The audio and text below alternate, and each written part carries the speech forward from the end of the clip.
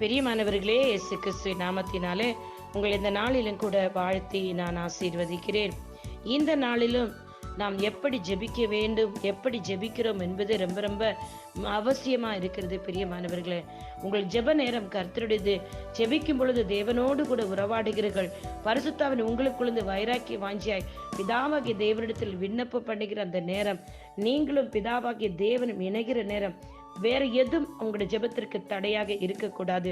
பிரியமானவர்கள், அநேகர் சோர்ந்து போய் தளர்ந்து போய் தூங்கி கொண்டெல்லாம் ஜெபிப்பார்கள். அநேகர் படுத்து கொண்டெல்லாம் ஜெபிக்கிற வழக்கம் உண்டு. ஆனால் நான் இன்றைக்கு உங்களுக்கு சொல்லுகிறேன், நீங்கள் எப்படி ஜெபித்தாலும், எங்கிருந்து ஜெபித்தாலும் எல்லா ஜெபத்திற்கு தேவன் பதில் தருகிறவர் தான். ஆனால் முழங்கால் படியிட்டு தேவனுக்கு நேராக, வானத்துக்கு நேராக கைகளை உயர்த்தி நீங்கள் ஜெபிக்கும் பொழுது பாருங்கள், யாத்திராகம புஸ்தகம் 9வது அதிகாரம் 29வது வசனம், மோசே பார்வோனை பார்த்து சொல்லுகிறான்.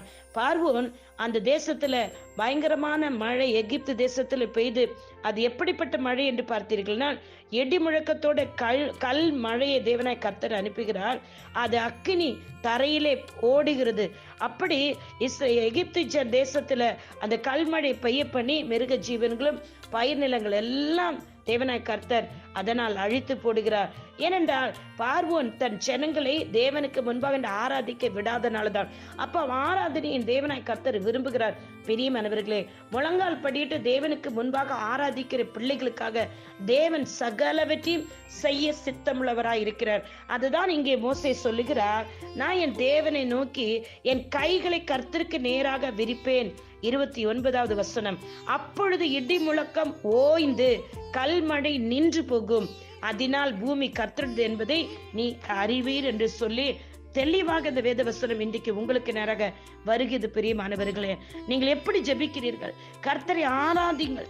ஆராதனைக்கு அதிகமான நேரத்தை கொடுங்கள். ஆராதனை என்பது ஜெபத்தின் ஒரு வகை ஜெபம். அது கர்த்தரை ஆராதிக்கும் பொழுது அது முழுவதுமாக அவரோடு கூட நீங்களும் அவரும் இணைகிற நேரம். என் தேவனாய் கர்த்தருக்கு நேர கைகளை உயர்த்தும் பொழுது, தேவரே நீ சகலவற்றை செய்ய வல்லவர், நீ செய்ய நினைத்து தடைபடாது என்று சொல்லி நீங்கள் அவரை ஆராதிக்கும் பொழுது இப்படிப்பட்ட அற்புத அதிசயங்கள் உங்கள் வாழ்க்கையிலும் செய்வார். உங்கள் மூலம் உங்கள் சத்துருக்கள், பகைஞர்கள் வெட்கப்பட்டு போகும்படி தேவனாகிய கர்த்தர் உங்கள் ஜெபத்தை கேட்டு அற்புதங்களை செய்வார். இந்த கல்மழை மோசே கைகளை உயர்த்தின பொழுது என் தேவனாய் கர்த்தர் நிறுத்தினார் என்றார். அந்த கைகளை தேவன் தொடுகிறார். அந்த வார்த்தைகளை தேவன் கவனிக்கிறார். அவருடைய ஜெபங்களுக்கு தேவன் செவி சாய்த்திருக்கிறார். பிரியமானவர்களே, ஏனென்றால் பூமியில் இருக்கிற ஜெபிக்கிற பிள்ளைகளாக நீங்களும் இந்த பூமி கர்த்தருடையது என்று சொல்லி மற்றவர்கள் அறிந்து கொள்ளும்படி உங்கள் ஜெபங்களை கர்த்தர் கேட்டு நிச்சயமாக உங்களுக்கு அற்புதங்களை, அதிசயங்களை செய்வார். இயேசு கிறிஸ்து நாமத்தில் பிதாவே, இன்றைக்கும் முழங்கால் படியிட்டு கைகளை உயர்த்தி தேவனை ஆராதித்து ஜெபிக்கிற பிள்ளைகளுடைய எப்பேற்பட்ட பிரச்சனையா இருந்தாலும் அந்த பிரச்சனையிலிருந்து இன்றைக்கு கர்த்தர் விடுதலை கொடுக்க போகிறீர் சப்பா. பூமியில் இருக்கிற பிள்ளைகள் உம்முடையவர்கள் என்று, உம்முடைய நாமத்தினால் அவர்கள் சகலவற்றை ஜெயமெடுக்கிறார்கள் என்று புற ஜாதிகளும் அந்நியர்களும் துன்மார்களும் துஷ்டர்களும் மந்திரவாதிகளும் சூனியக்காரிகளும் அறிந்து கொள்ளும்படி கர்த்தர் இன்றைக்கு ஒவ்வொருடைய வாழ்க்கையிலும் அற்புதங்களை செய்யும்படி இயேசு கிறிஸ்து நாமத்தினால பிதாவே நான் இவர்களுக்கு ஜெபிக்கிறேன். இயேசு கிறிஸ்து ரத்தத்தினால இவர்கள் ஜெயம் எடுக்கட்டும். இயேசுவின் மேல ஜெபங்களுங்க பிதாவே. ஆமேன், ஆமேன். God bless you all.